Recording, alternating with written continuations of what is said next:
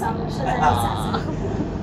Pag naging presidente ako, sa totoo lang, tatanggalin ko talaga yung corrupt. Kasi, pansinin mo, ang hirap ng Pilipinas, pero ang yayaman ng mga politiko natin. So, dun pa lang, magtataka ka na. Mahirap yung bansa, pero ang yayaman ng mga politiko. Corruption talaga ang number one dito sa Pilipinas. Yep, yun lang. Siguro, with that, mababawasan yung paghihirap ng mga ibang tao. Kasi it starts with the leader, di ba? Pag yung leader kasi nakikita, ginagawa naman niya yun, ba't hindi namin gawin? Parang nagiging ganun yung nangyayari kasi. Yun lang. Yes, President Abuska. Yes, sir. Sa darating na eleksyon po. Steak? Oh, usually. Red wine. Oh, steak and red wine. And ano,